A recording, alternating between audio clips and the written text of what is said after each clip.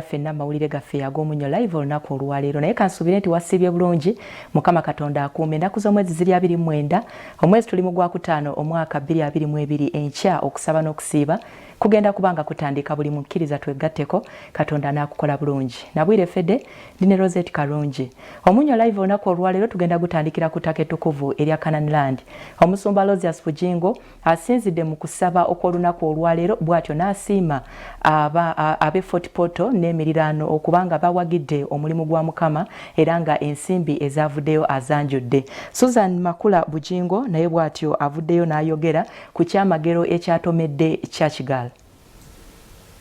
Abakkiriza beeyiye mu kusaba okwa buli Sande ku ttaka ettukuvu erya Kanani nga bafundikira omwezi ogwa May. Omusumba w'ekkanisa ya House of Prayer Ministries International Alozias Bujingo awadde abakkiriza amawulire amalungi mu byabadde mu lukuŋŋaana olw'e Fort Portal olwategekeddwa nga 27 olwamaze essaawa 24 ku mulamwa ekimala. Eri enkuba tetukubangako wano eye Fort Portal eyingira ne mu njala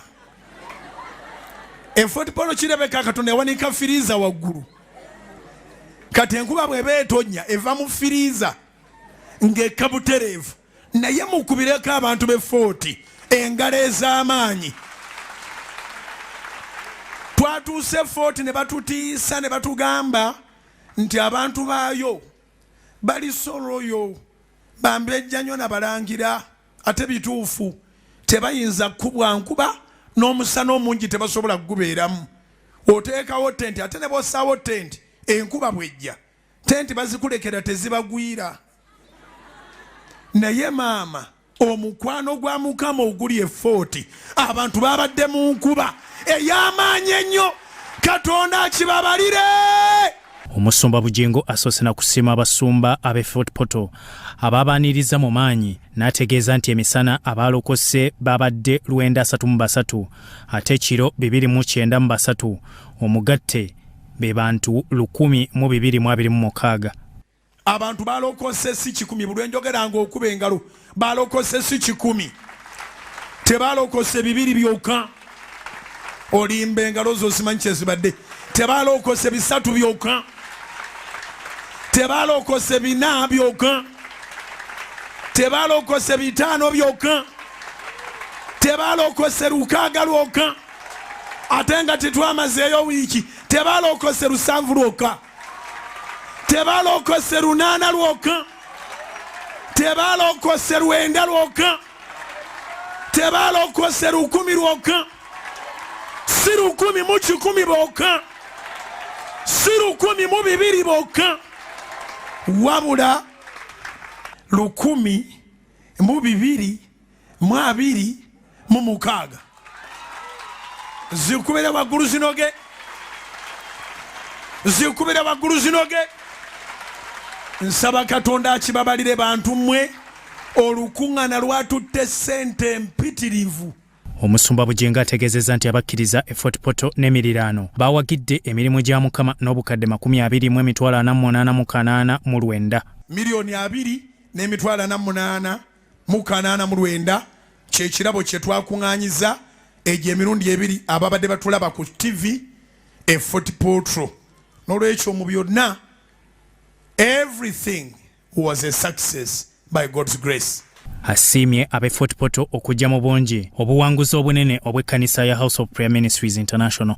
Ne tutumya zitulera z'obutebe bwaffe buno obutebe bungi ne tutumya obutebe bwaffe e Kampala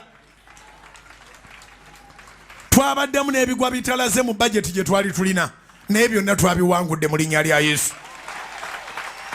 Zikubira waggulu mu linnya lya Yesu. Omusumba Bujingo ategeezezza nti nga basaba Katonda akuweeyo omuntu omu akyusa obulamu waliwo kye bafunye. Churchgal yatomeddwa ekyamagero simanyi bw'ogenda kukyogerako naye nga twasuuza agugumuka ng'abuuza kyabaddewo tikyabaddewo naye nga kyabaddewo mu bufunze yafunyeeyo omuntu nga weeyo. Wanayise Susan Makula n'antaba n'ayanjula ekyamagero obuweereza obwa Churchgal kye bwafunye.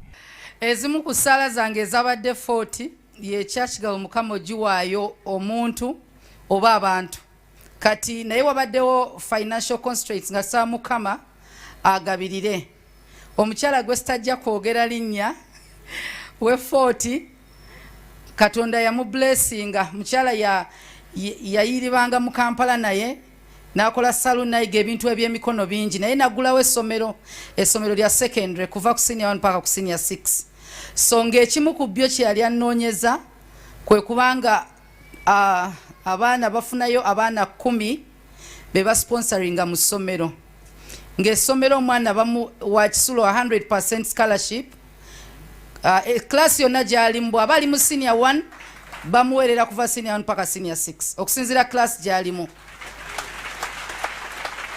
Olukuŋŋaana oluddako lwa kubeera embarara mu Kacheeka Stadium nga 24 Juni omwaka guno. Omusumba Bujingo alangiridde ekisiibo eky'ennaku 14 ekitandika enkya ku bbalaza mu maanyi era ng'abakkiriza wakubasiiga amafuta mu kusaba okw'amalya g'ekyemisana. Munnabuddu Bujingo agamba nti abalabe bakusigala nga bafufuggaziddwa omukkiriza abeere muwanguzi. Mu Uganda gubeera mwezi gw'abajulizi akufuula omujulizi omulamu mwezi ogwa Juni. Mu Uganda ne musyo n'abakimanyi nti mwezi gw'abajulizi akufuula omujulizi omulamu Mukama, akufuula omujulizi omulamu, akufuula omujulizi ow'amaanyi. Ku lunaku olwokutaano nga 3 June abaana abaku ttaka ettukuvu erya Kanani bakufunamu nnyo ku b'emisana kusaba ate ekiro waliyo okw'okuyita mu kiro nga kino kikolebwa mu buli kisiibo.